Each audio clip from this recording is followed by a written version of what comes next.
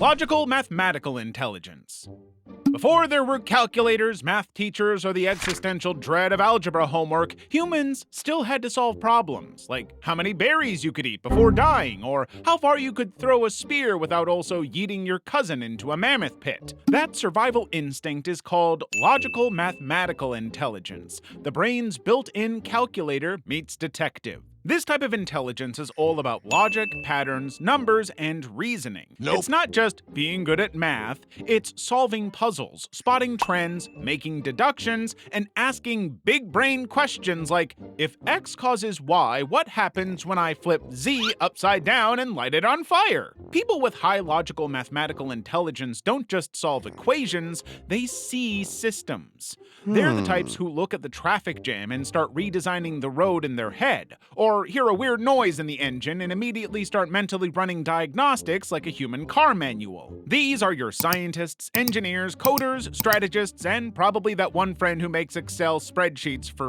fun. They think in steps, love patterns, and probably get irrationally excited about Sudoku.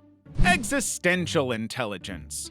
Have you ever stared at the ceiling at 3 a.m., wondering what it all means? Like, why are we here? What's the point of anything? And who decided mosquitoes were necessary? Well, you might have existential intelligence, and it's basically asking cosmic-level questions that make most people uncomfortable. Existential intelligence is the brain's ability to zoom out and think extremely deep thoughts. They question life, death, purpose, morality, and what's behind the curtain when the lights go out. While the rest of us are stressing over rent, they're contemplating the nature of the soul. Religious leaders, philosophers, and even some sci-fi writers operate in this mode 24/7. They look at existence like it's a puzzle with a missing piece, and they will not rest until they find it, or at least write a 900-page book about it. But fair warning, this kind of intelligence can be a double-edged sword. Sure, it fuels introspection, big ideas, and world-shifting philosophies,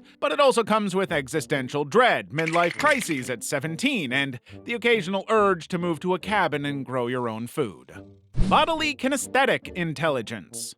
In the olden days, there were no books, algorithms, or LinkedIn endorsements to help you figure stuff out. All you had was your body, and if you couldn't run, lift, climb, or aim a spear just right, well, dinner was gonna be you. That's where bodily kinesthetic intelligence comes in, because it is the kind of smarts that lives in your bones, not your brain. Now, understand that you don't have to be ripped or know how to do backflips. This intelligence is majorly centered around knowing how to use your body with precision, control, and timing. It's the intelligence of dancers, athletes, and mechanics. People high in this type of intelligence don't just move well, they think through movement and use their bodies as a way to communicate. And while society still tends to hype the spreadsheet savants and grammar nerds, we shouldn't forget that bodily kinesthetic intelligence kept us alive for thousands of years before anyone figured out calculus. Interpersonal Intelligence.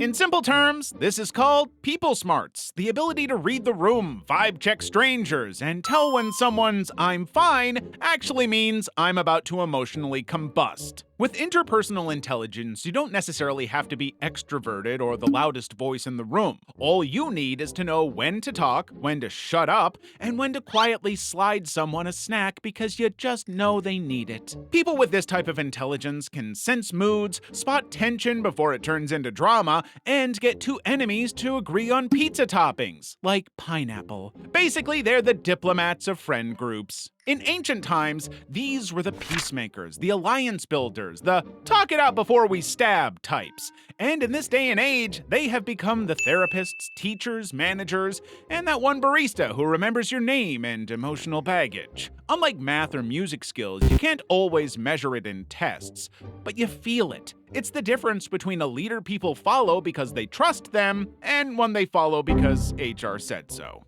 Naturalistic Intelligence. Imagine someone who can walk into a forest and casually name every plant like they're at a high school reunion. That's naturalistic intelligence, and it's the brain power that makes you the human equivalent of a National Geographic episode. While most people are screaming at wasps or asking if that berry is probably edible, these people are tuning into nature like it's their personal Spotify playlist. Naturalistic intelligence is all about pattern recognition in the natural world. Animals, plants, weather, rocks. If it exists outside your Wi-Fi signal, they probably know how it works. It's what made our ancestors realize which mushrooms were dinner and which ones sent them to meet their ancestors. And today, it's what makes people good at things like farming, biology, environmental science, and not getting stung every time they go camping. People with this intelligence don't just notice nature, they feel it. They see connections and categories the way a chef sees flavors or a musician hears rhythms. They're the kind of people who can tell a storm's coming just by how the air smells. Meanwhile, you're checking your phone and still getting caught in the rain. Spatial Intelligence. Before the invention of GPS, Google Maps, or that one friend who swears they just know directions, you had spatial intelligence. This is the brain power that lets you visualize things in 3D, rotate objects in your head, and somehow pack a car trunk like it's a game of Tetris on hard mode.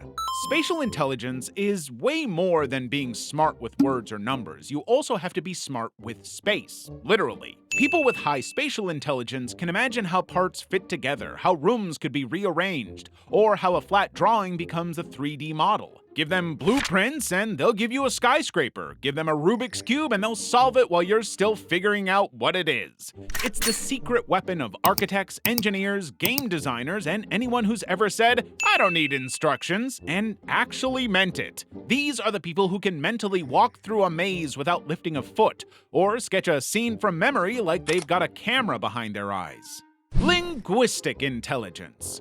In the early days, there was probably nothing like words yet. Cavemen communicated with grunts and weird hand movements. But then as the world evolved, letters led to words and words led to sentences. And this is how linguistic intelligence was born. This is the type of intelligence that doesn't flex through equations, but through languages and sentences. People with high linguistic intelligence don't just talk, they weave words. We're talking about that friend who can roast you, comfort you, and write a birthday card that makes you cry all in one sentence. It's not about having a big vocabulary just for fun, it's about knowing which words hit hardest, land softest, or get the job done without even raising your voice. Writers, poets, politicians, rappers, lawyers, journalists are the people who use language like it's a superpower. They can spin a story, argue their point, or drop one-liners that make history books. It's not just about talking well either, or just bluntly enforcing prescriptivist grammar without deeper understanding.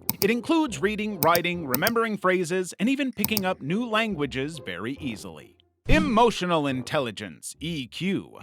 Let's be real, having a high IQ might get you through algebra, but it won't save you when your coworker's on the verge of tears because someone ate their yogurt again. That's where emotional intelligence, or EQ, steps in. It's the kind of smarts that doesn't show up on a test, but shows up everywhere else that matters. EQ is like having a social sixth sense. It's knowing when to speak up, when to back off, and how to handle someone else's meltdown without turning it into a group event. At its core, EQ has four main powers, which are self-awareness, self-management, social awareness, and relationship management. What makes EQ wild is that it's often invisible but insanely powerful. It's the person who keeps a team calm during a crisis and the friend who always knows what to say when your life's in shambles. Cultural Intelligence, CQ. Cultural intelligence is what happens when emotional intelligence takes a gap year and travels. It's the ability to understand and adapt to people from different cultures without accidentally offending their grandma, their ancestors, or their entire national identity. People with high EQ can switch between cultural settings like it's a Netflix genre. They pick up on unspoken rules, adapt their behavior, and somehow manage to avoid becoming that tourist. You know, the one that loudly asks for ketchup at a Michelin-star sushi bar. CQ is more than speaking different languages. It's also knowing that in some places, eye contact is respect, and in others, it's basically declaring a duel. And no, this isn't just for diplomats or backpackers. In a global world, high CQ is the cheat code for teamwork, leadership, and not embarrassing your company on Zoom with a client from Tokyo. Creative Intelligence. Creative intelligence is the ability to come up with new ideas, spot unique connections, and approach problems in ways most people wouldn't think of. It's not about being quirky or artistic for the sake of it, but about thinking differently, especially when the usual answers don't work. People with high creative intelligence are good at breaking patterns. They're the ones who can turn a vague concept into a working solution, or take something ordinary and make it memorable. Whether it's designing a new product, writing a story, or finding a smarter way to organize a system, they use their imagination as a tool. This kind of intelligence doesn't always show up in schools or tests. There's no standard quiz for innovation, so it's harder to measure, which is why it often gets overlooked. But without it, progress slows down. Creative thinkers are the reason we get new inventions, fresh ideas, and solutions to problems no one knows how to fix. Practical intelligence. Unlike academic intelligence, which thrives in classrooms, test papers, and theoretical debates about whether time is real, practical intelligence thrives in real-world chaos. It's about knowing how to get things done, even if you can't always explain how you did it. This is street smarts, common sense, the magic ability to survive real life without needing a YouTube tutorial for everything. It's the difference between someone who aces physics but still floods the kitchen trying to boil an egg, and someone who might never have passed algebra but can fix your Wi-Fi, unclog your sink, and negotiate a discount all before lunch. In the wild jungle of adulthood, practical intelligence is king. It's pattern recognition, gut instinct, and tactical thinking all rolled into one. You can't measure it with equations, but you will spot it when someone dodges a scam call in 5 seconds flat. People with high practical intelligence read the room, read the situation, and somehow always land on their feet. They might not remember historical dates, but they know exactly which coworker to bribe with coffee to get a report in early. Moral intelligence. You know how some people just get the difference between right and wrong, while others need a whole ethics seminar just to figure out it's not okay to kick puppies? That's moral intelligence. It's basically your brain's built-in compass for doing the right thing, even when no one's watching. It's literally all about not being a terrible person. To be morally intelligent, you don't need to memorize commandments or quote your favorite philosopher like a dramatic TikTok voiceover. It's a lot deeper. It's knowing how to act fairly, treat people with respect, and make choices that don't just benefit you, but everyone else stuck on this spinning rock. People with high moral intelligence don't need to be told to be decent, they just are. They're the ones returning lost wallets, standing up to bullies, or saying, hey, maybe don't commit fraud today. And unlike IQ, which you're kinda stuck with, moral intelligence can grow. It's shaped by your experiences, your upbringing, your culture, and whether or not your parents made you apologize properly as a kid.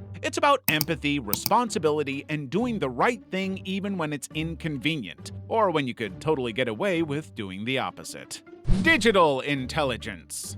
At its core, digital intelligence is the ability to use technology wisely, not just often. It's spotting when an Instagram ad is shady, knowing not to overshare on TikTok, understanding how data gets collected, and figuring out how to politely leave a group chat without causing a civil war. It's street smarts, but for the internet's superhighway. People with high digital intelligence don't just scroll aimlessly. They know what's real, what's manipulated, and how to navigate the algorithm jungle without getting eaten by clickbait or misinformation. Plus, in a world where your online behavior can affect your job prospects, your relationships, and whether or not your identity gets stolen by someone in a basement with zero sunlight, digital intelligence is no longer optional. It's the life jacket in a sea of spam, scams, and slightly too targeted ads.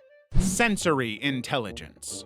Imagine walking into a room and instantly noticing the buzz of the fluorescent lights, the weird smell of the air freshener, and the way the chair fabric feels just a little too scratchy. Fortunately, you might have sensory intelligence, the superpower of picking up on the little things that everyone else misses. Sensory intelligence is all about how sharply and accurately your brain processes sensory input: sound, sight, touch, taste, smell. People high in this type of intelligence aren't just aware of their surroundings, they practically live in high def. They can tell when the music is slightly too loud, when someone's cologne changes, or when the lighting shifts from cozy cafe to interrogation room. This kind of intelligence isn't just for aromatherapists and people who label everything in their kitchen, it's huge in professions like chefs, designers, doctors, stylists, and even crime scene investigators. Basically, anyone whose job requires picking up the tiny details that can make or break the whole experience, or the whole case.